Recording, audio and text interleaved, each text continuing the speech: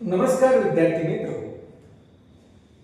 आज आपण BA द्वितीय वर्ष तृतीय सत्रातील चतुर्थ सत्रातील असणारा आपला भूगोल विषयाच्या अनुषंगाने जो पेपर आहे सागरशास्त्र किंवा ओशनोग्राफी हा या पेपरचा आपण अभ्यास करत आहोत. मित्र, ओशनोग्राफी सागरशास्त्र या सागरशास्त्राचा अभ्यास करत असताना आपण सागरशास्त्राची असणारी व्याख्या या ठिकाणी बघितली आणि या व्याख्येमध्ये सागरशास्त्राचा अभ्यास म्हणजे काय तर सागरशास्त्राचा अभ्यास म्हणजे सागरांच्या तळरचनेचा अभ्यास, महासागरांच्या तळरचनेचा अभ्यास, महासागराच्या पाण्याच्या गुणधर्माचा अभ्यास, महासागराच्या पाण्याच्या गुणधर्माचा अभ्यास, महासागराच्या पाण्यातील हालचालीचा अभ्यास, महासागरातील असणाऱ्या खनिजांचा अभ्यास हा या व्याख्येच्या अनुषंगाने आपण या ठिकाणी करत असतो. म्हणजेच सागरशास्त्र होय असं आपण या ठिकाणी म्हणतो. त्यापैकी जर आपण बघितलं तर महासागराची तळरचना ही आपल्याला या ठिकाणी आजच्या तासामध्ये बघायची आहे. तर मित्रहो, महासागराची तळरचना बघत असताना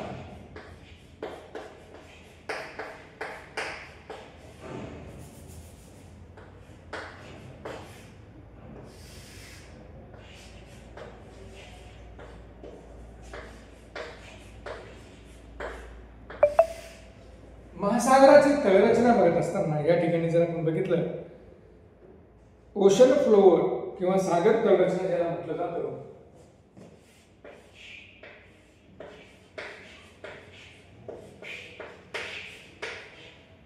ओशन फ्लोअर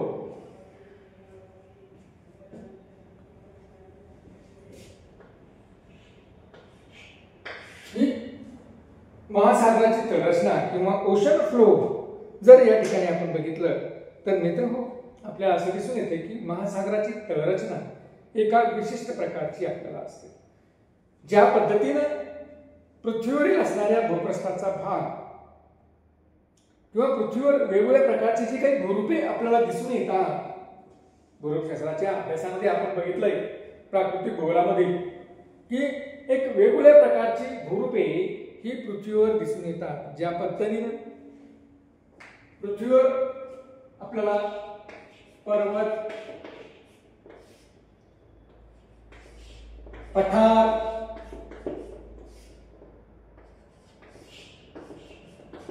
मैदानी,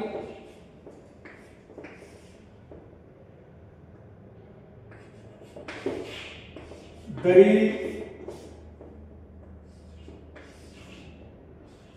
घळी यासारखे वेगवेगळे आकार पृथ्वीच्या पृष्ठभागावर आपल्याला दिसून येतात. त्याच पद्धतीने जर आपण बघितलं तर आपल्याला महासागराच्या अंतर्गत भागामध्ये देखील वेगवेगळे आकार या ठिकाणी दिसून येतात. वेगवेगळ्या भू आकार त्या ठिकाणी असलेले आपल्याला आढळतात. त्यामध्ये मग महासागरातील असणारे पर्वत असतील, महासागरातील असणारे पठारे असतील, महासागरातील असणारे मैदाने असतील, महासागरातील असणाऱ्या घरता असतील, महासागरातील असणारे भूखंड मंच असेल किंवा महासागरात असणारे महासागरीय बेटे असेल, अशा वेगवेगळ्या प्रकारची भूरूपे ही आपल्याला या महासागराच्या तळरचनेमध्ये, सागराच्या तळरचनेमध्ये आढळून आलेली आपल्याला दिसतात. तर या सर्वांचा अभ्यास मित्र आपल्याला या ठिकाणी करायचा आहे. त्यामध्ये अगदी सुरुवातीला आपण या ठिकाणी महासागरातील तळरचनेपैकी एक भाग ज्याला आपण भूखंड मंच असं म्हणतो,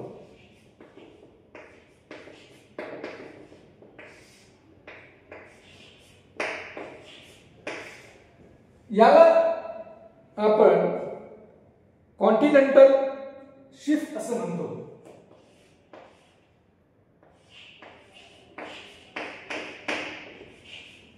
कॉन्टिनेंटल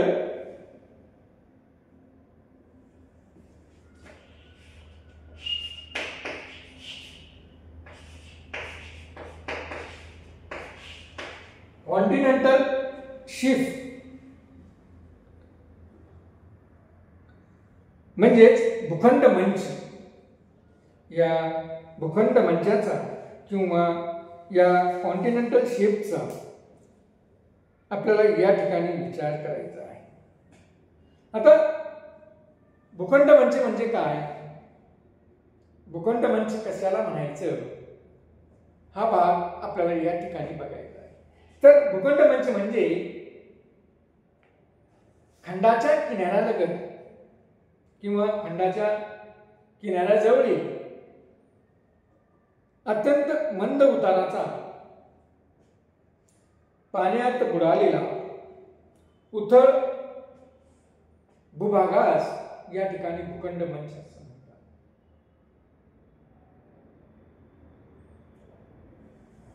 भूखंड म्हणजे काय की जो काही खंडाचा भाग आहे, या खंडाच्या भागाला जवळ असलेला आणि जिथे खंडाचा भाग आणि समुद्राचा भाग एकत्र मिळालेला आहे, एकमेकाला मिळालेला आहे, अशा भागामध्ये जो मंद उताराचा आणि पाण्यात बुडालेला असा जो काही भूभाग असतो, त्या भूभागाला आपण या ठिकाणी भूखंड मंच असे म्हणतो. किंवा मित्र हो, त्याला आपण दुसरं नाव असं देतो की समुद्रगुळ जमीन.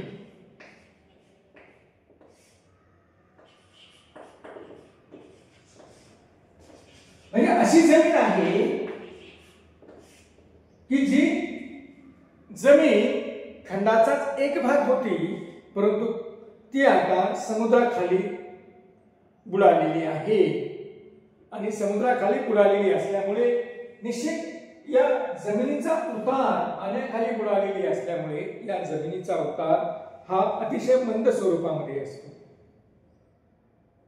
असा उथळ भाग असतो तो की ज्याचा उतार हा मंद स्वरूपामध्ये आणि अतिशय उथळ असणारा या भाग, याला आपण समुद्रगुळ जमीन किंवा भूखंड मंच असं या ठिकाणी म्हणत असतो. आणि मित्रहो, अशा प्रकारचा हा जो काही भूखंड मंच आहे, हा पहिला सागर तळरचनेचा हा पहिला भाग समुद्राचा की जिथपासून समुद्र सुरू होतो, समुद्राचा भाग सुरू होतो, समुद्र तळरचना सुरू होते, या समुद्र तळरचनेपैकीच, सागर तळरचनेपैकीच पहिला भाग म्हणजेच या ठिकाणी हा भूखंड मंचचा असणारा भाग आहे. मित्रो, आकृतीच्या साहाय्याने या ठिकाणी आपण बघूया.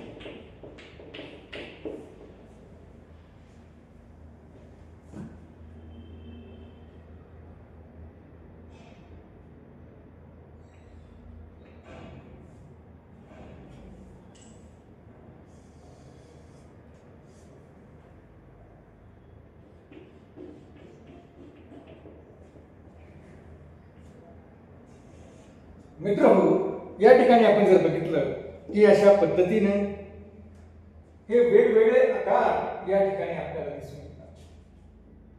या आकारांचा जर आपण विचार केला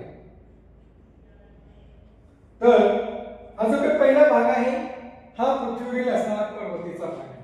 हे आहे पर्वत, भूपृष्ठावरील पर्वताचा भाग. हा जो काही भाग आहे हे आहे पठार, भूपृष्ठावरील पठार. आणि हा आहे मैदानी प्रदेश. हा आहे मैदानी प्रदेश.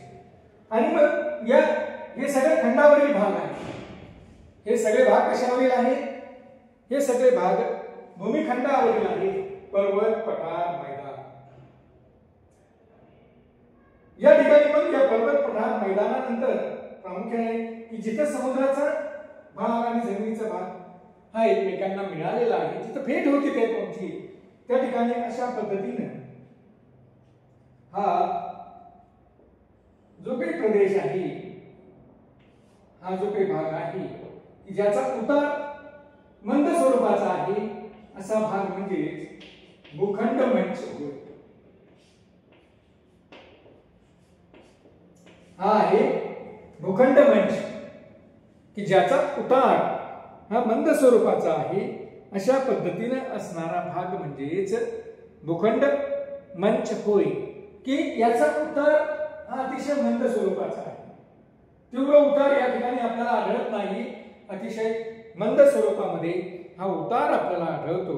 आणि हा उतार मंद स्वरूपाचा आहे आणि उतार मंद स्वरूपाचा असल्यामुळे एक विशिष्ट प्रकारचा भाग या ठिकाणी निर्माण झालेला आहे. त्यानंतर हा आहे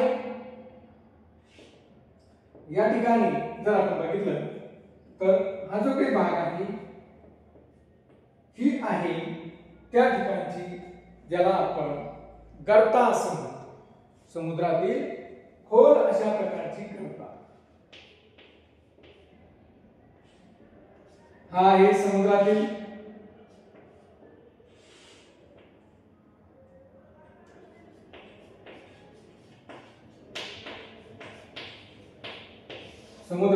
मैदान.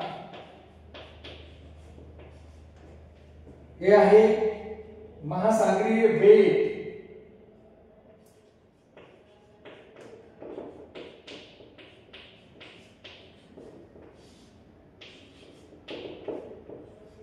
आणि हे आहे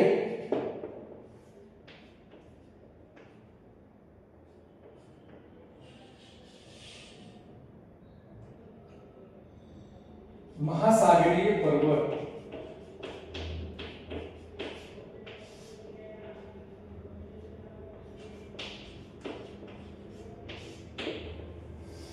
हे आहेत महासागरीय पर्वत. म्हणजे अशा पद्धतीने मित्रहो जर आपण बघितलं तर आपल्याला असं दिसेल की या पद्धतीने ज्या पद्धतीने भूखंडावर वेगवेगळ्या प्रकारचे भूआकार दिसून येतात, त्याच पद्धतीने सागरामध्ये देखील, महासागरामध्ये देखील वेगवेगळ्या प्रकारचे भूआकार या ठिकाणी दिसून येतात. त्यापैकीच पहिला भूआकार जो काही आपण अभ्यासतोय तो म्हणजे भूखंड मंच. आणि भूखंड मंच म्हणजे काय? हा पहिला आकार. भूखंड मंच म्हणजे की ज्याचा उतार मंद स्वरूपाचा आहे, अशा भूखंडाच्या भागाला या ठिकाणी आपण की जो पाण्याखाली झाकलेला आहे, पाण्याखाली बुडालेला आहे, समुद्राच्या पाण्याखाली आहे, अशा भूखंडाच्या भागाला, अशा भूमिखंडाच्या भागाला, अशा भूभागाला आपण या ठिकाणी भूखंड मंच असं म्हणतो. किंवा त्यालाच आपण समुद्रगूढ जमीन असं देखील म्हणतो. काय म्हणतो? समुद्रगूढ जमीन देखील त्याला असं म्हणतो. आणि अशा पद्धतीने मित्रहो आज आपण या सागर तळ रचनेपैकी एका तळ रचनेच्या असाला सुरुवात या ठिकाणी केलेली आहे. धन्यवाद.